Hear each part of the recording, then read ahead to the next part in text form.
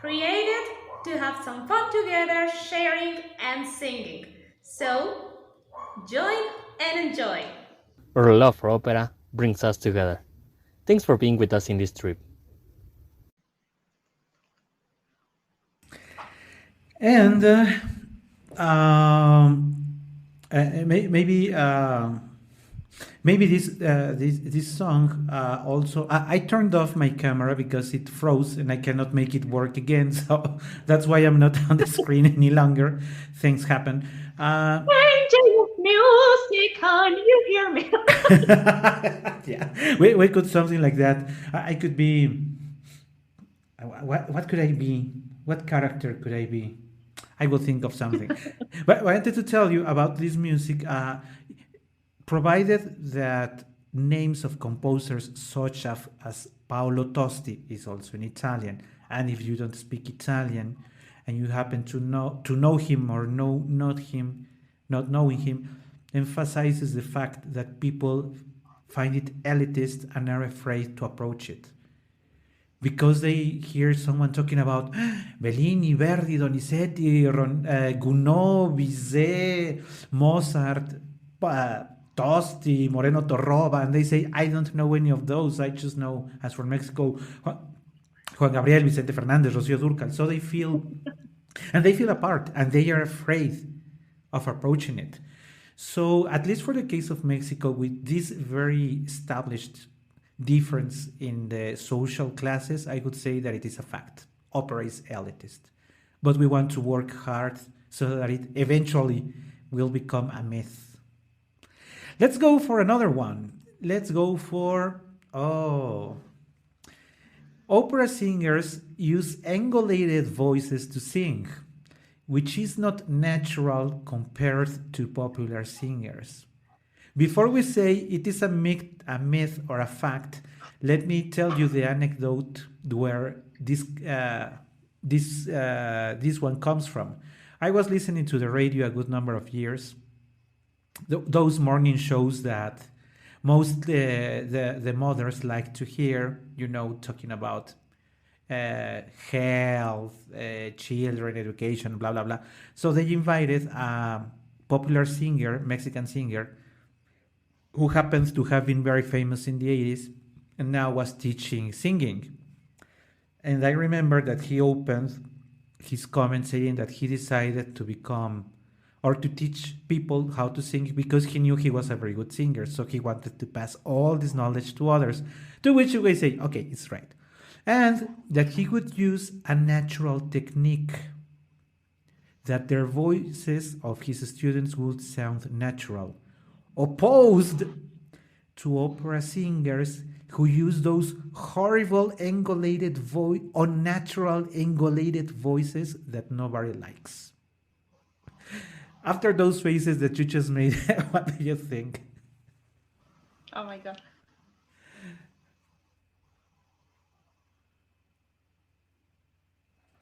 What would you like to say, Katya? Well, it's a kind of difficult to know where to start from. Um, for me, for me, angulated gives me an idea that the word is like constricted in the throat, in gola, in the throat. And in my experience, learning to sing is completely the opposite idea. To take your voice off from the throat. You have to use the voice, you have to think about a production animation, and you have to use everything but your throat. It's not the most natural voice because if we are honest, you don't you don't talk like you sing opera, but it has to be your voice, and you have to start from things that your body really can feel like natural sensations and natural words. For example, breathing, you to breathe as a baby does, deep and relaxed. So that's natural for me. That's right, but natural. It's not an effort. So not a natural voice, like I say, because I don't uh, talk like this and sing opera in exactly the same way. But it's not a fake voice. So I would say, And I need to agree to that. I also think it is a myth. What I think it is a misunderstanding. Engolated because there is a confusion. You say, how does a tenor sing? Let me think. Recondita armonía. When you sing recondita armonía, that is the sound, the natural sound of a tenor voice. But they think it wrong when they say like recon. You see, you immediately notice how the sound is not well placed, and now they think that's the way opera singers sound. Recon, and like putting all the pressure on the throat. But that is a, besides being a wrong technique, it's a misunderstanding of what opera singers actually do. And I would like to give another I would example. challenge somebody to sing the Queen of the Night Angolade. Yeah. Oh. So how is it going to sound? It's impossible. But there is this confusion because there is misinformation of what actual technique is. And I also wanted to add something. We all use our feet if we have the capacity of using our feet, of course. If we are not disabled in the use of our feet, we walk naturally and we can walk, maybe given on our physical condition, maybe a kilometer and we feel fine. And we run naturally, maybe because the bus is about to leave and we need to catch the bus, which is different to running professionally. You cannot expect an athlete to run with the same technique that I used to run after the bus. It's impossible. You cannot expect a professional singer to sing natural with an instrument that needs to run 5 miles. The singer is not catching a bus. The singer is running professionally long distances. And for that purpose, there is a technique for that running. And that technique is called impostation. That is the impostation. Engolated is, yes, it's an error of people who try to sing, but that is not how opera singers sing. So it is misinformation and it is a myth. Great, agreed. Let's go for another. My lord, it's already 40 minutes. Time runs. Myth or fact? Now here it goes. Opera tickets are very expensive. It depends on the country to start with.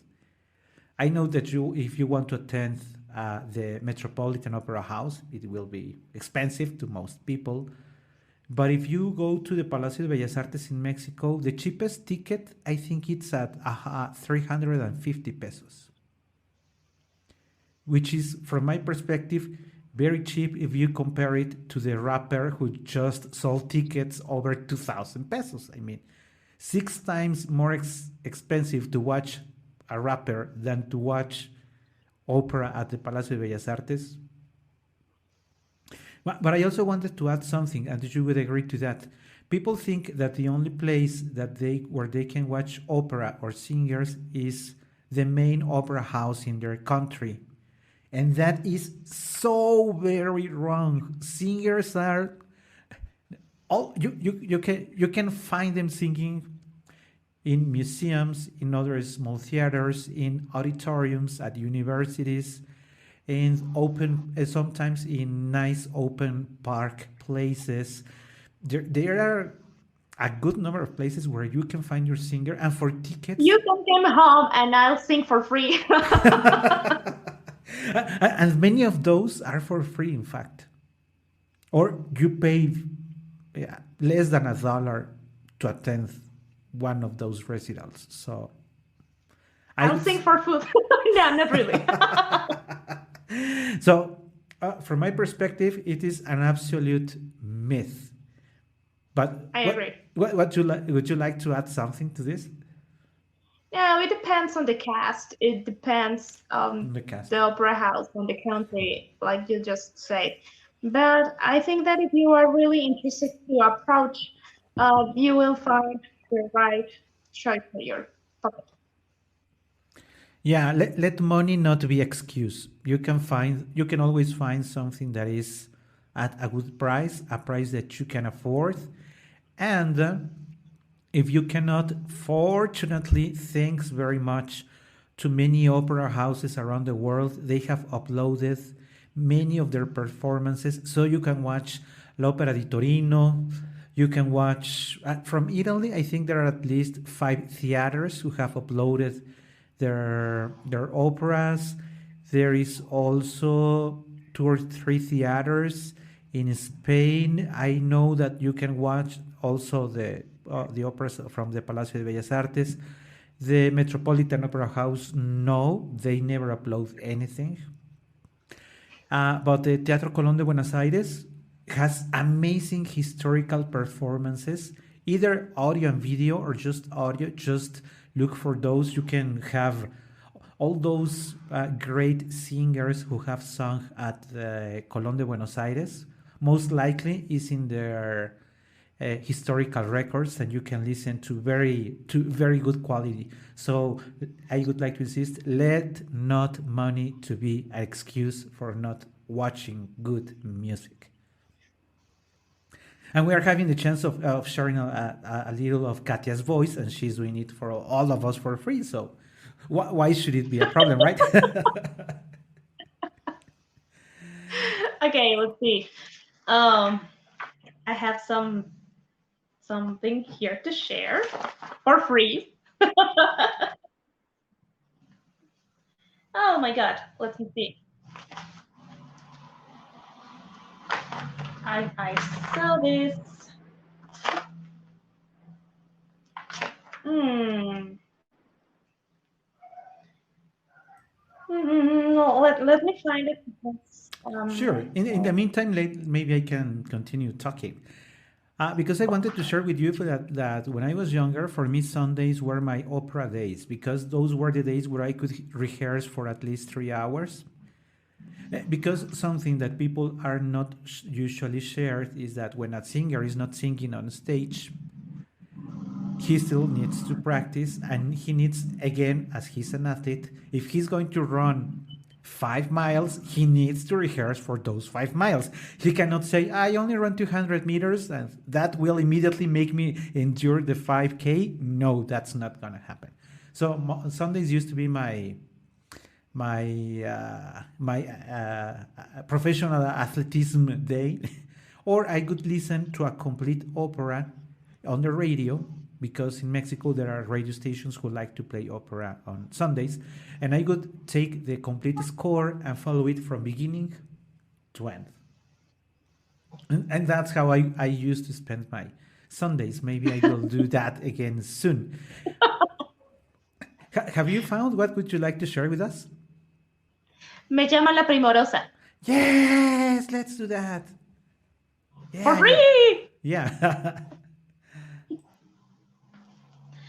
Me llama la primorosa, la niña de los amores, por mis ojos te enamoré. Y esta cara tan por mis ojos como los ojos de los hombres, nunca miele, nunca miele, nunca miele, en abejas convertidos. Ah,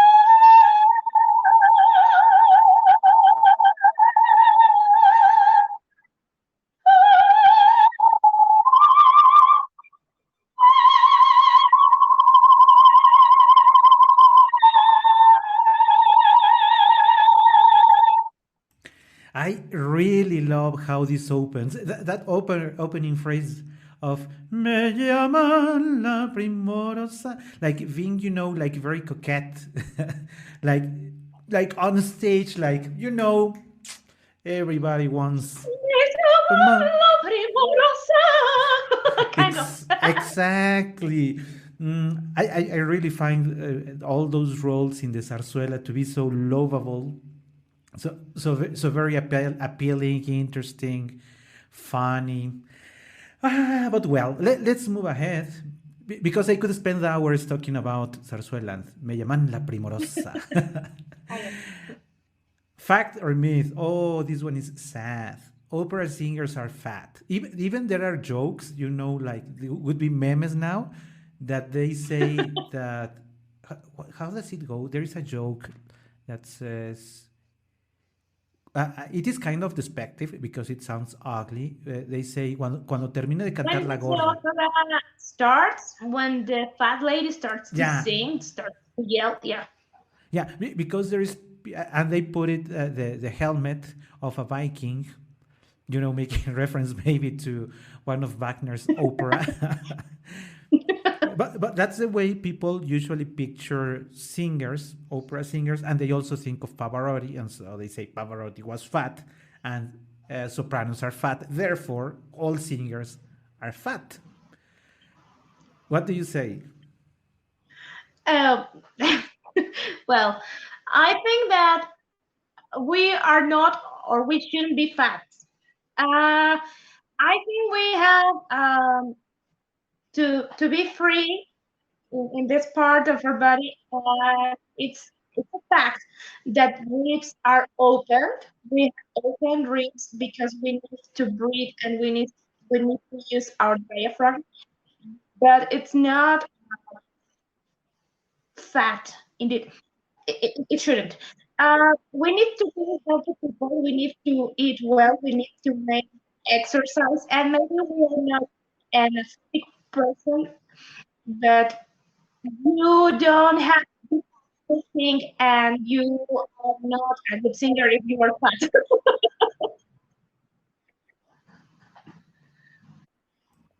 And another thing, and that would be a very general anecdote of which many people are not aware, for a singer to have a recital or to be singing in a full opera is a very demanding, I would say, exercise, but it's very demanding. People It is lose. considered as an exercise. And let me tell you that when you finish a concert or an opera, you are really starving. It's like running. Yeah, you're depleted. I used to have these shops at Los Mangos, and I used to meet people at the end of this shop, and I really got home so very tired. I even slept 2 hours ahead of my schedule because it really drained all my energy. Of course, I felt happy, excited, etc., but tired, my lord. So I would say, as adding to what you say of that our limbs need to be free around our body because the singing technique demands it. That it is better when singers are healthy, of course, but most singers have the thoracic uh, part of the body like bigger than the rest of the body, and that is not that they are fat. It's like any muscle. You exercise it too often, you open and close it because the limbs rise and open when we aspire the breathing, that our thoracic box or case is much bigger than the average people. And of Yeah. course we also like eating, so I mean, yeah, I totally agree. Yes, we are not fat or we shouldn't, but yes, it has to be open, it has to be wide, it has to be free, and then you finish hungry. So it's like a bad combination of that. yeah, it has to happen. That's the way it has to be. Oh, we have another one. Myth or fact? Sopranos and tenors do not get along Well, I don't know. We've been friends like for many years, don't say the number, many years. 20 years ago, kind Yeah. of. But remember that we don't need to give people any clue so that they can do the math on how old we are. So let's say a good number of years. Yes. Yeah, but we are vampires, so we are eternal. Yeah. Let's be sincere. It's not only between sopranos and tenors. It's between any singer on a stage that you can see as a competitor. If it is the mezzo and the soprano and the two have to sing a duet, they at some point will be confronted on who is going to hit the note higher, who is going to keep it longer, who is going to give it more volume. At some point, there is some, not all the times, unfortunately, but there is some competition, but in the wrong sense. And there are many anecdotes of which I cannot tell any names again because some of them are still singers inactive that I even left them as friends because they would approach to me saying, "You know what baritone name? Baritone did no. What did he do? He just did this and this and this. And when we are on stage, I am going to do this and this and this so that he finds not to mess again with me again because of this and this." And I said, and you have lived it, I am pretty sure. It turns also to what we call in Mexico like peleas de vecindario, like gossiping, like not very healthy places. But I think it has to do with the emotional intelligence that we also discussed some programs ago. You have to understand that you will not always be the most important singer on the stage. There will be a time where you will have a more important singer to your left or to your right who will sing five pieces and you only two. You will be the secondary. That will happen eventually. So you have to Yeah. understand that you will not be always be the top name.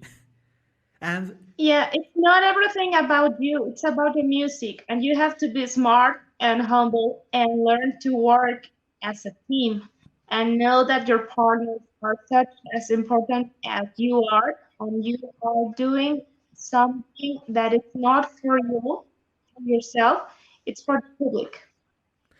yeah, absolutely. And I like that you mentioned that it is about a team because when I was thinking of today's program, what came to my mind is that we always remember what tenors or what singers run into a fight or they did something, even stopped. They said, "Oh no, I am not singing on the second act because this lady this, and this, and she received the applause two times, and we said that it was only going to be one time." And on all those children things, but it is true that there are many artists that do not go out on stage any longer for the final act because something like that happened. But fortunately, there are cases when there is good chemistry among the singers, and the two examples that always come to my mind are, in one hand, Maria Callas and Giuseppe Di Stefano.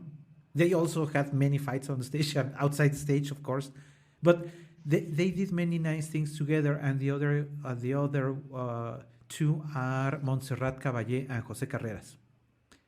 If you ever watch to a concert where the two of them are performing, you will realize that they had a very nice relationship because Caballé is always smiling at José. When José is singing, Caballé, it's like she could take a step to the back and like admire him.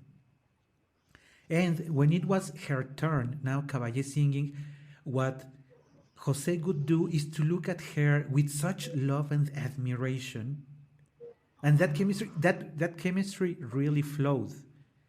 And I recall now a very specific case, and it is a duet that I asked, by the way, Katia, that we should be working on that because I love that very much. The duet from La Africana, that's the name of the zarzuela, so it is called El Dúo de la Africana. Uh, and it always happens that one of the two messes with the words. It always happens. It's a very long duet, but it is always that one of the two forgets his own part. And the lovely thing is that when Caballé and Carreras sang it together, when they realized that the other had just forgotten the words, the other one would immediately start singing the other part, and they would smile at each other like in complicity, like saying, "Oh, thanks, you saved me." The show would go on, and people really appreciated that. And there are many ways to close it. By the way, the score does not have any notes on how to actually close it, but it is very traditional that singers, depending on how well they get along, wrap it somehow. So at the end, when they say when he says "vente" and she says "no," Caballé would do it in such a very funny way that he she would even make Jose laughed, and he couldn't even say the other "vente" because he was already laughing. So he would say "vente." She would say "no." "Vente," almost laughing because because of the way Caballé had responded, and she would insist like "no." And right after that, they would go for "de mi corazón," like that, and they would end at the very exact time together because they knew they would communicate with their eyes so very closely that they knew how much breath was left on each of them, because it's very typical that I can show the public that I can keep the note for a second longer than the soprano, or the soprano would say I would keep it for a second because the tenor is running out of breath. But this magic and chemistry that Jose Carreras and Caballé had, I don't recall having seen it on any other. I think that maybe Nebretko and Villazón had some sort of this magic. I recall a concert where they were also singing zarzuela, and now the one who messed with the words was Villazón, and Nebretko did a face of "Oh my God, what did you just do?" But it was not like an incriminating face. It was like, okay, let's have fun because we just messed, but we need a show to keep going on. And I think that people really appreciate it when the two singers, as you said, can understand that it is about the music. This is about art, not about the egos. What would you Yeah, like to? everything has a moment, and you will find your area with a lot of cadences when you can show off your talent, your skills, your para techniques. But if you are working with a partner, it's about ensemble. And maybe just to add to that, many people don't know it, but to work together to put a duet is simple if you just want to sing your part and get away with it. But if you want to turn it into a piece of art, you need to understand how the other person breathes. You know to understand how the other person resonates, how he or she attacks the notes, how good is his reading or her reading technique. You now do not have to worry only about your part, but about the other the other how the other person is going to do it. Yeah, it's a kind of marriage. You have to know how does your partner work. You have to assemble and make same pianos. You have to do the same fortes. You have to breathe in the same place. You don't have to cover your partner line with words. It's a huge work. It's not like I learned my line, I sing it on the fingers and goodbye. And maybe that also has to do with what I was listening just prior to us starting today.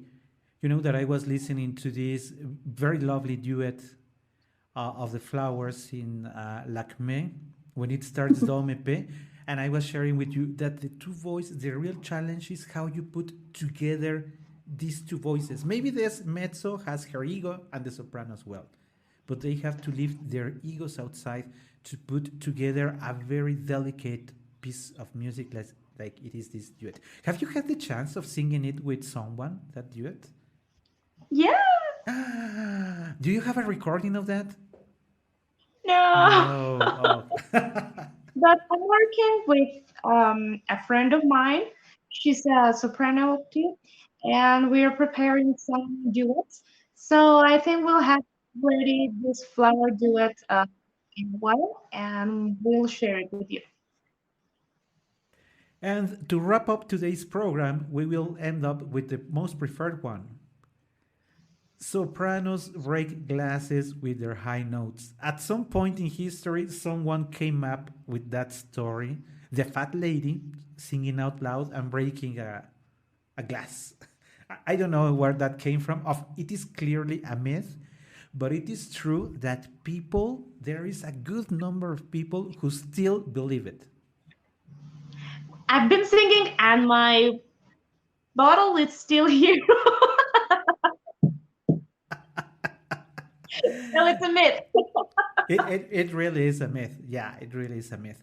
And that has to do with physics. It has to do with the resonance of objects, of which we humans do not know still how to calculate. It has to do more with physics than with the power of the lungs of the singer. Yep. But maybe you believed I it when you haven't were. tried, but I know that it's not gonna happen. You ever tried when you were a child? Because you saw at some Yeah, point in your life you heard it, right? yeah, I heard it, but no, I never have like the curiosity to check if I'm able to break a glass or not. I just let it go. And I think the last one we mentioned in a previous program as well, uh, because people sometimes take the criteria that say, oh, this guy or this lady was a very famous singer, so she must be an excellent singing teacher. And that is usually a No. myth. In fact, there is people who say that the worst teachers are usually the ones who were good singers, which may also be a myth. Wow. Yeah, indeed. Oof. It's not the same to be a good singer that to be a good teacher because probably you understand at perfection how your body works and you can use your voice in a marvelous way, but you are unable to explain that to somebody else. So unfortunately, it's me. Yeah, it's unfortunate that it is a myth. There is no guarantee that anybody is going to be a good professor. I know that you have some students, so even each student is different, have different ways of understanding what you're explaining them. So, oh, I'm sorry to say that, guy. So, if you wanted to study with Pavarotti, Pavarotti may have been a good professor, but he may have not been. I don't know. No Yeah, guarantee on that. there's no guarantee that a great singer will be an awesome teacher too. Unfortunately, You have to check that this singing teacher um, has a vocal skill that has good results, and probably you will learn from that person. But um, it's not a lot that if that person sang great, you sing great too. yeah, absolutely. Well, and those were the 12 myths and facts that we wanted to share with you today. Of course, there are many others. My complete list was over 20. But if you have noticed your clock, we have already exceeded an hour. In fact, for today, this has been the longest program we have had. So apologies for this very long program, but you know that we both enjoy singing and sharing this content with you. And I hope that you can join us for our next program. Katya, how about you? How would you like to say bye bye? I would like to say bye bye with a little piece of Durserlichkeit. Okay. Good way of wrapping up today's program.